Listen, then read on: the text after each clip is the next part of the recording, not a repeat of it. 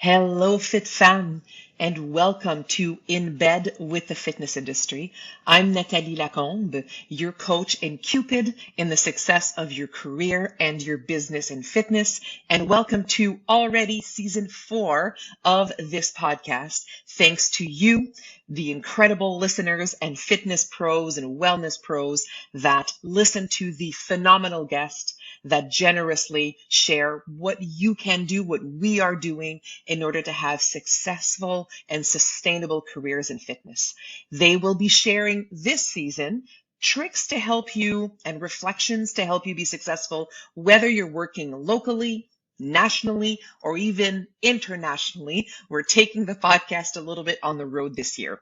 A huge thank you to our partners in this season, HexFit, the leading software for fitness professionals to create programs, to track your client goals, to perform physical tests, essentially manage all coaching activities. They've got a brand new AI assistant inside HexFit.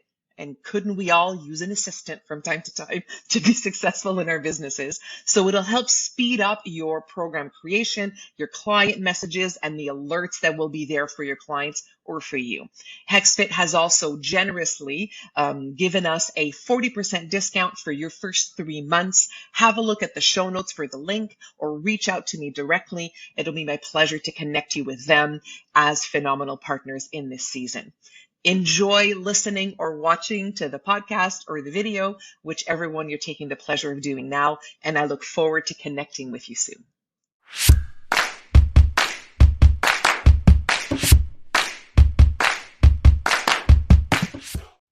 Bonjour, fit femme. Welcome to this episode of In Bed with the Fitness Industry. I am Nathalie Lacombe, your host, coach, and Cupid in your career and in your business. And I am thrilled to be hosting the furthest away guest officially we have ever had, the incomparable Emma Berry. Bonjour, Emma. Thank you for joining us today. Bonjour. Was there a choice? Does anyone ever say no to you, No. Nathalie Lacombe? No. And you know what? We could have done it when you were closer, but it's like we did it when you were back home, back with family. And so for Back those of you who, in their for little those of you, bedroom. I'm in a little single bed, but I do love have the little bedroom. This is one of those that if you're like on Apple or Spotify right now, we're switching over to YouTube. Just going to put it out there that we're watching this one. So for anyone who hasn't had the pleasure of meeting Emma, she is London-born, New Zealand raised, and Los Angeles-based powerhouse, considered the Oprah of fitness. And she right now is very much focused on advising executives, leaders, extraordinary humans on how to rekindle the trouble within to birth new possibilities and redefine the limits of what can be achieved. Welcome In Bed, Emma Berry. Thank you so much. There's no one I would rather be in bed with. You know that. Aw, that just tickled me pink. Let's do the boudoir details first and foremost. Please share with us what your favorite sleepwear is, Emma. So if I'm at home with my husband, nothing. If I'm on the road, it's interesting. I always like to wear something. I don't know. There's something about that. So I'm usually like a t-shirt and something downstairs, gal. Not so good with socks. Like I'm just that's me. So nothing or a little bit. Well, as you're waiting for your husband to arrive in New Zealand, we now know what this means for now versus when he gets there. I love the separation of the two. Thank you for being really specific about that. And can you tell us, and I mean, with the international that you travel, that you do, I know this might be a little bit all over the place, but generally at home, what's your favorite bedtime? What's your favorite waking hour? Yeah, I have to work really hard. I've had to change my schedule because I'm a natural night owl. So I would typically work till 12 or 2, but I can't do that because I have a life and a family and they're all getting up very early. So I really super hard try to get to bed by 11. One of my rules when I travel is I try to get 6.5 hours sleep. That seems to be my magic number to really operate well. But then if I'm traveling on planes and stuff, I can also nap my way to that as well. So I'm very, very fluid. I'm a very good sleeper. I can sleep like standing up on a train in Japan. So I'm very, very fortunate. So that's one of my superpowers. So I like to get to bed by 11 and then get the sort of the 6.5 hours on that.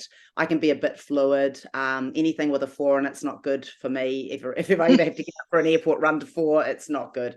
So yes, that's my basic one. But naturally, I'd be a 12 or a 2 girl. Love that. And that's what gives you the energy to be the powerhouse that you are. So I have always seen you and been so grateful to have you as a force of innovation, trends, optimism in our industry. What I would love to know is, how do you stay focused on what's next without getting either distracted or overwhelmed?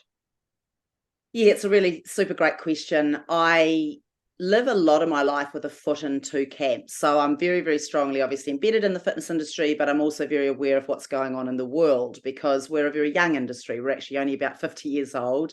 We're still very hobbyist. There's a lot of people doing it for the love and the passion and all of those things. And we haven't had the big, or we're beginning to have some of the big snotting corporates come in and so professionalize it and bring money and scale and all of those things, which sound exciting, but there's always a trade-off. You know, you get further and further away from the founding passion and more about money and those things. So those are the things that I notice. So I deliberately spend a lot of time outside the industry as well. So that keeps my eye on trends, because we're also shaped. You and I are as shaped, or at least in the US, we're shaped as much by what's happening with Elon Musk and Tesla and, you know, Mars and all the things he's doing, solar, and then also Amazon. So these things are actually shaping things in fitness. So it's really important that I keep up with that. As fitness starts to broaden into a much more luxury or a lifestyle, more of a lifestyle. So we're now bringing in the food and the mental health and the, what are all the things we're doing outside work? And then I'd even say that work's coming into that ecosystem, because with the youngies coming through now, they're like, you know, the moment something doesn't work for me, screw this, I'm off. So there's a real cognizance around, does my work life and my whole life work for me? And if it doesn't, I'll quickly move off that to something that does. So I spend a lot of time in those areas. What stops me from getting overwhelmed is I have enough people in my Rolodex to be able to call, and they will just say, this is what's happening in the world. Here's the 3 big things that are really happening. Don't get too buried in the details, because we're in very interesting times. And as we come out of 2023, it's been a relatively stagnant year, I would say, for a lot of businesses. You know, we've seen some businesses definitely not get funded. You can't get funded on a good idea these days. You have to have a proven database that is paying. And the only people that will pay you right now is if you're trying to expand that to new markets, and there will be other paying people pretty quickly. So it has to be like a real going concern where there's money coming in. So that's been a shift. So talking to those people keeps you at that high level, because together we review hundreds and thousands of ideas. And you've got to do your due diligence, but just by being able to skip across the top and go, we're in a product recession, we're not in a services recession, these things are influencing, here's the trends that are coming in, here's the brands that are beginning to consolidate, here's some businesses that are in real trouble, and we really are surprised if they will survive beyond, say, the next 3 to 6 months. So when you have concepts like that, it's easy to sort of lift above and go, right, now what can I do?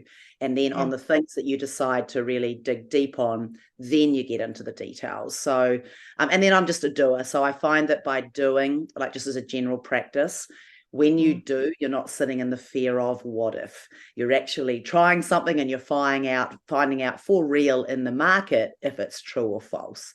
And also, just, I've always been a little bit uncomfortable with being uncomfortable. And I think being comfortable being uncomfortable. And it's a real necessary skill these days, because work life's changing, life's changing, the governments are changing, there's political unrest around the world, there's so much chaos. You've got to be able to go, right, what can I control in my world? What do I do today to help push a positive agenda? And that sort of keeps me heading in the right direction generally. That's really interesting. I find it's something that, and I've seen it in a lot of people, not everyone, but a bit of a shift since 2020, starting May 2021, a bit more 2022, the last year, and moving forward, is it's almost as if there's more certainty in agility than tradition. Yep. I think people always thought that there was, the traditional foundational stuff was where certainty was, but all that blew up. And now having, to your point, if you're able to get comfortable with a little bit of discomfort, that actually feels safer to me now. Is that something you're noticing in yourself and in others? Definitely. And it's interesting you bring up, because that's the big conundrum right now, is how much of legacy should be brought forward? What from the past serves us going forward, and what needs to be reinvented? And there's no shortage of articles and biographies and businesses that have done this. I think the most challenged, I would say right now, are the traditional industries, because if you have not had to innovate for a living, and I've always worked for great innovative companies, Les Mills, Equinox, Basic Fit, like these brands are always innovating, sharpening, turning things on, turning things off. But if you haven't, it's got to be, really scary world, because that mentality. But you are right. I think the only certainty, the ridiculous thing was, nothing's ever certain. We were just living under the, under a haze of everything's going to stay like this forever. We Of were course. protected. Yeah. Yeah. Interesting. Yeah. So I definitely see it in myself, but there are still some certain things. And this is when you come back to yourself. If you know that you're a hard worker, if you know that just tell me a new direction and I'll reorient my goals and everything that I do in that direction. If you know that you're good for that, that you can start to let go of that anxiety. Now, most of the brands that I've worked with, clients that I have, people that I have in my life who are scared, are usually still, they're not in any momentum. So again, that comes back to my doing. You've got to try stuff, and it might not even be right. It doesn't matter. Just find out. Here's the other thing. People say to me, what's your answer here? What should we do here? And I'm like, I don't know. Part of it is look at the data. Part of it is ask your people. And part of it is try stuff, because no one really knows. I mean, you'll know this from, being so deeply embedded in fitness. Like, people can have a chain of clubs. They might have 100 clubs, and they're like, whoa, my best club is now my worst club. My worst club is now rocking it. This other one that I never is now doing this other thing. People don't actually know, because if you think about the data points surrounding every single club today, did people end up not stop going to work? How residential was it? What's the price point in that? What's the political? What media do they listen to? All of these inputs, and that comes to my earlier point, so many things are shaping our decision to go to a gym now. I mean, we're seeing a massive uplift in the HVLPs, low price, high volume, high value. They already had moved towards a technical environment, because they're trying to get head count down. So a lot of that innovation was already done. And, whether it's YouTube or whatever, the youth are used to going out, finding what they need and doing it in a backdrop. Like, how many people do you see with a phone in the corner at the gym now doing whoever they're following? That never used to happen. So yeah, those are some things that I'm certainly seeing. Interesting. And interesting that you bring that up, because one of the more recent events that I was at in which you were speaking was talking about the impact of Gen Z essentially on the industry. And clearly the message was, and rightfully so, we need to pay attention to what they're doing, not just because of the money that they're bringing, but because the latest generation tends to have a bit of an effect on everybody that came before them, and we all kind of grab onto those things. And so one of the aspects of that, and maybe you can let us know why rightfully so we need to pay attention to how Gen Z is impacting our industry. But the thing that I noticed is most of the people on that call were from Gen X. It seems like there are still some of us sticking around from Gen X working in the industry, yet haven't come back as a clientele as much. And so if the leaders of the industry are less and less the clientele, and the clientele is 2 or 3 generations later, what are the risks of that, and how do we mitigate that? Are we trying to get Gen X back? Are we like, well, let's turn our attention to this?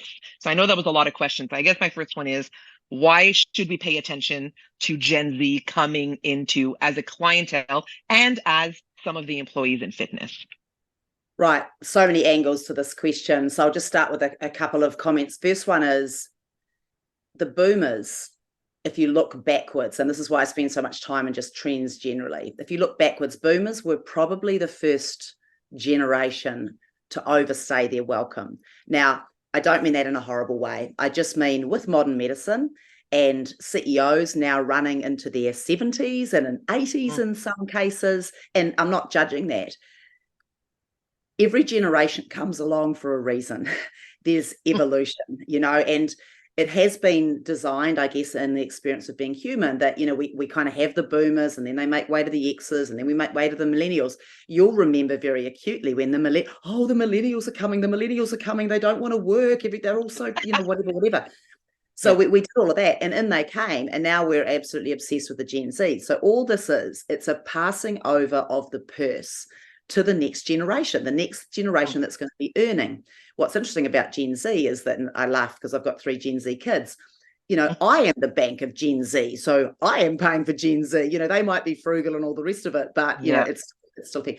So when you look at generations, it's really important that we don't just say, well, it's all about Gen Z, and we forget about all the other people who are still a significant payment and still a piece of that picture, because we are supporting our Gen Zs, etc.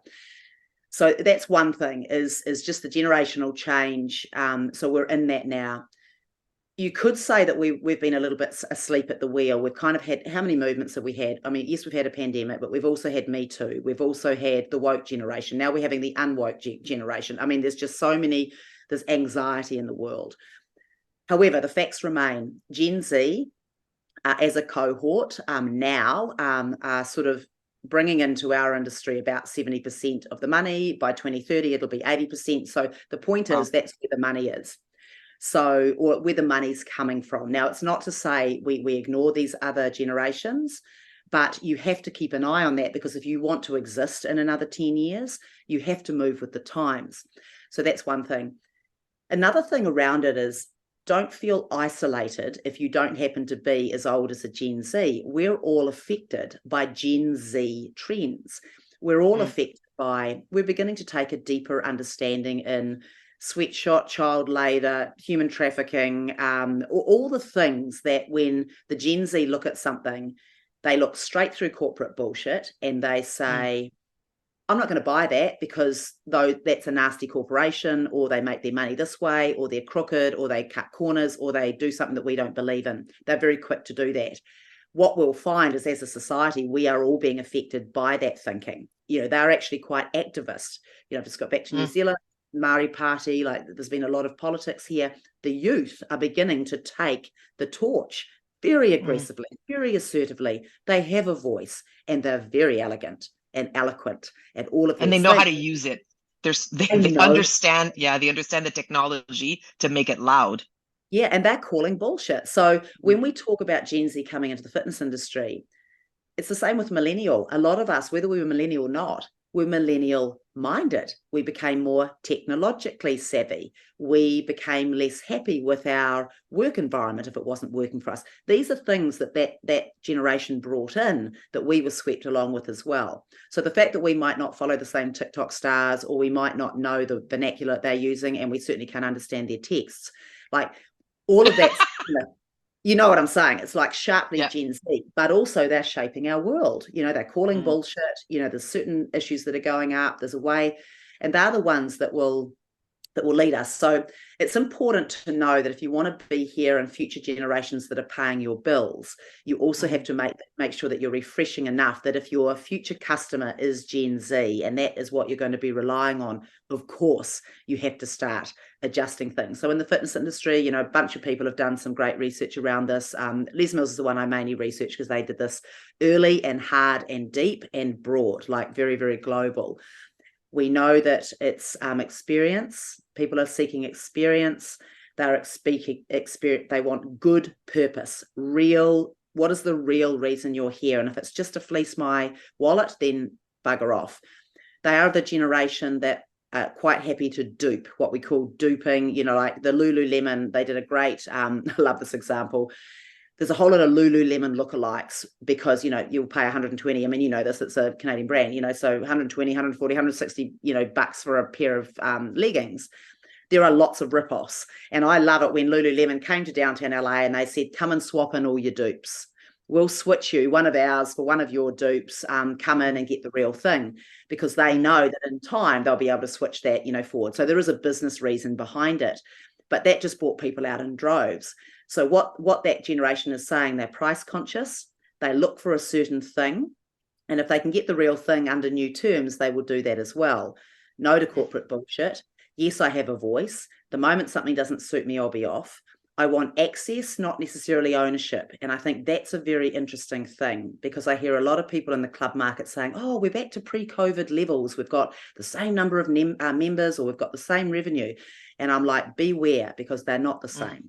You'll find boomers, X's, they tend to have a longer length of stay. They tend to have longer, we call it loyalty. And I think the word loyalty is being, misappropriated in some ways, because I think loyalty, you know what I mean? Like, we used to be in it for life, get the gold watch, away we go.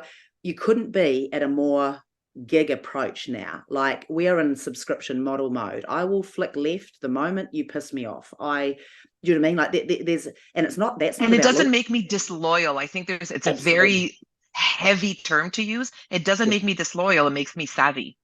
It makes me savvy. It's like, no, because if you were delighting me, and if you we've done a lot of, I know when I wrote my book, we thought very deeply about this. We're in an environment now where people, like, you're beginning to see it. During COVID, everyone was like, all the entertainment things, all the books, all the podcasts. Now it's like, no, I only have time for the 2 or 3 that I adore. Can't live without. Live on my heart.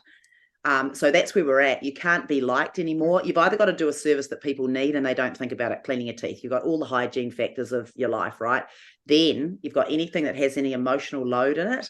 You've got to be bloody good. You can't just be good. Too easy to swipe left, right? It's got to be, I love you. I choose you. You're good for me. You're there. You understand me. And that's the other thing, our toleration for things. Again, back to the Gen Z, toleration. I expect you to understand me. There's enough data out there. You should know who I am. The moment that you send me some stupid thing I don't want to go to at the club, I'm out. You know what I mean? Like, you've got to get it right. So personalization's coming in. Even I heard my 2 daughters talking on the phone last night, and my daughter was going, TikTok is just so good. She said, I'm very, very careful about who I follow, because the algorithm I've created for myself is 1,000 curated. Absolutely curated, mindfully. They turn off anything they don't want to hear about. They turn on it. They cut people, so it's not even the cancel culture. It's just they're very particular. They want exactly what they want. And we've all got to learn to do that. Those are the things you have to learn as a brand. Fastest way to do it as a business is hire from that generation. Like, you shouldn't be running your social media. You shouldn't be doing your TikToks. I mean, if you even know what they are, like, you've got to get in that conversation. You know what I'm saying? Like, you've got to ways to do this, and expect for it not to feel normal for you. And that's the trickiest thing, because for years, like, look at what happened to the CMOs. All the top marketing people around the world became almost redundant overnight once the influencer culture came in, and once data started leading and saying, they started A/B testing and saying, is it this ad or that ad? It wasn't about the curated taste of the CMO anymore. It was about what the market said. I mean, you can know what that reminds me? Absolutely. And it reminds me, your perfect example of the CMOs and the influencers is what you saw from the CMOs, which is very similar to what you saw from Latin dance instructors when Zumba came along, what you saw from strength training instructors when CrossFit came along, was this, let's go onto our ivory tower. Yes. And let's look down on them, because they don't have the qualifications, and they don't have this, and they don't have that.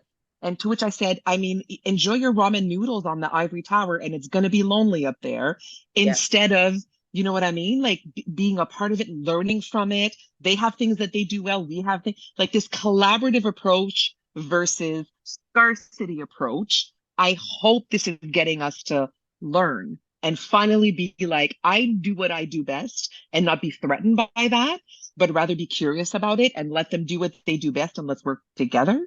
Would that be a way of not being afraid of trends? Like, would that be one of the things that you're like, yes, let's make sure we do this regardless of the generation that you're in? 100%. You have to look at the new rules. There are new rules. And I don't even like using the word rules, because rules feel so fixed. There's a new ecosystem. There's a new sphere. There's a new way of operating. So it's the same with Chat GPT, right? It's exactly the same conversation. If you're a CMO, your job now is not to be the taste maker of the campaign that none of the Gen Z look at, by the way. They're going to flick that out of the way, and they're going to go straight to the forums and go, what do people like me actually say about this? Because I don't give a shit about what you just spent 10 million creating and telling me you wanted me to feel. Screw that. I go straight to the source. And, that's where all the underground, I mean, they're on forums I've never heard of. Like, they're on social platforms I don't even know, I can't pronounce, whatever, but they know how to get the word, even before things go out, they'll tell you, how good is the Hailey Bieber peptide, how good is the whatever, what is the expensive mascara you should buy, but the cheap eyeliner you should buy. You know what I mean? They know all of that, and it's very random. Yes, they'll go and buy a very expensive handbag, but then they'll go and buy a $10 piece of makeup from the local thing because that's the one. It's so researched. Like, don't put me in a box. I'll do what again, curating, not just based. I love that it's not what somebody tries to tell you. It's what you feel you've learned for yourself based on those people who, that's really interesting. It's open source, Natalie. Like, they go to the market, like that. They're operating. Everyone's seeing marketing up here and advertising. They're under the covers, like literally talking to people who use the products, the real deal. This is a 7 out of 10 because this is awesome. This is the best kept secret. This is bullshit. And they call out all the stars, because every star launched a makeup brand over pandemic or post, So anyway, it's just really interesting. So I'd say you got to keep an eye on it. You got to be mindful of it. You don't want to ignore other parts of the generations as well, but there's a way around that. And change is hard. You're always going to annoy a few people because change is hard. People don't like it, but you've also got to look after your business and be smart enough to make those changes.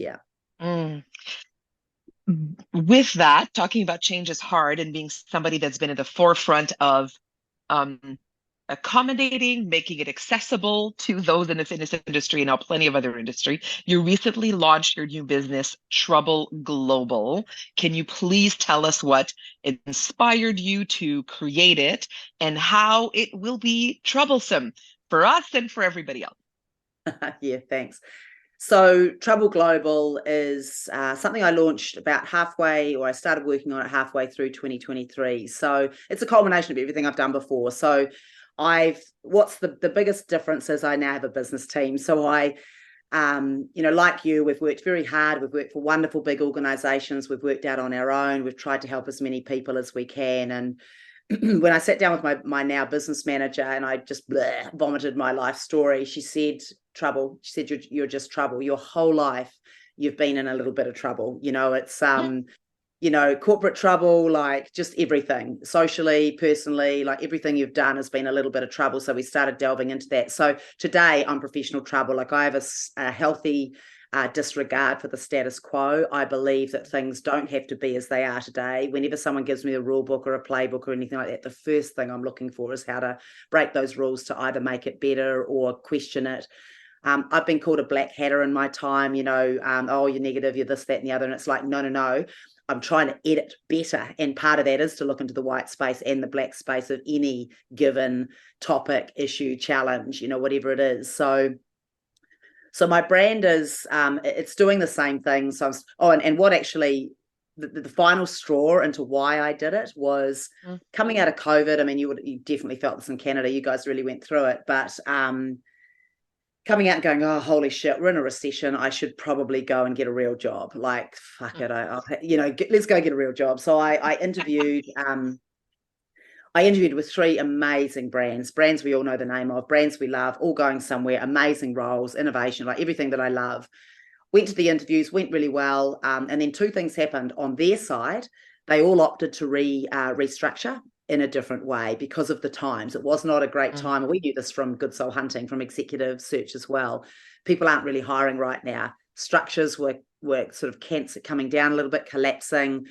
Boards were being called in to sign off roles and things like that. So when I say that the year was quite stagnant, that's what I mean. There was a lot of, some businesses were growing, but most were like just in a holding pattern until what's happening next. Are interest rates going to keep going up? Can we hire more people? Can we afford it? Costs are going up, cleaning costs, operational costs, all that stuff. So, I went through this, they all restructured. But what was interesting was on my side, I was really happy with interviews, loved the brands, whatever, came home. And what did I think of next day? Nothing. It just was not in my heart. I did not wake up and go, I just can't wait to go after that opportunity and do this and do that. All I could think of was, oh, fuck, there's going to have to be decisions that I disagree with that I have to uphold. There's going to have to be corporate bullshit. There's going to have to be slowness of, it's going through the right channels, debating. And because you're in innovation, and I've always felt this, I've always been in innovation and I've always been in group fitness. Now, these are the areas that generally, whenever the going gets tough, are the first to have their resources pulled. So you're always sitting there going, oh, I just can't be fucked anymore. I just want to be in control. But this is the final it, because I've been consulting, you've been consulting. You do it, it's great, but it's a little bit like selling a house. Sometimes it's great, and then other times, again, you can be the first off. If times get tough, there's a little bit of that. You got to really, the hustle is real, is all I'm saying. So I got to that and I just thought, you know what, I've really got to be my own boss. And I'm sick of, I love the fitness industry, but we're very hobbyist and we don't always see things through, and we don't always invest in things for the long run. We don't have a lot of money generally. I mean, you and I know the 6 gentlemen who do quite well out of fitness around the world, and the rest of us are doing it for the love. And, there's a lot of that. So I just came to the thing and I said, you know what, I've got myself as far as I can. Went to my mentor. I said, I need a strategy session. I don't want a job. I want to restructure up for the new world. Let's go. Did 6 hours in Zoom. She's amazing. We mapped everything out that I wanted to do. And in her last breath, she said, I think you're ready for Catherine. So she introduced me to Catherine, my business manager, rang her. She goes, oh, she's Aussie, hardcore. She said, oh, happen to be in LA. I went, great. We're meeting tomorrow. We met. The rest is history. So just learning so much from a team who make deals for a business, global, no ideas too big, and just loving that journey. So working, got a bunch of proposals out. I want to be global. Well, I am global.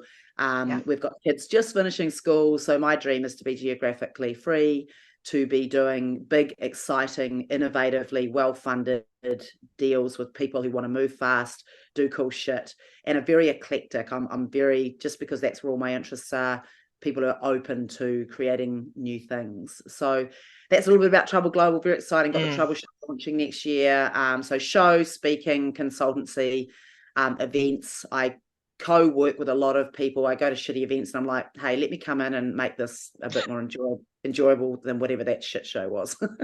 Good. Congratulations. That's really, really exciting. That's really exciting. So let me close off. And if anybody wants to get in touch, all the information will be in the show notes and connected to you on the podcast and on YouTube and everything else. As we close off, I'll pull it up because it is something that I know you and I have talked a lot about in terms of the future thinking of industry. I'll pull it to the greater wellness industry.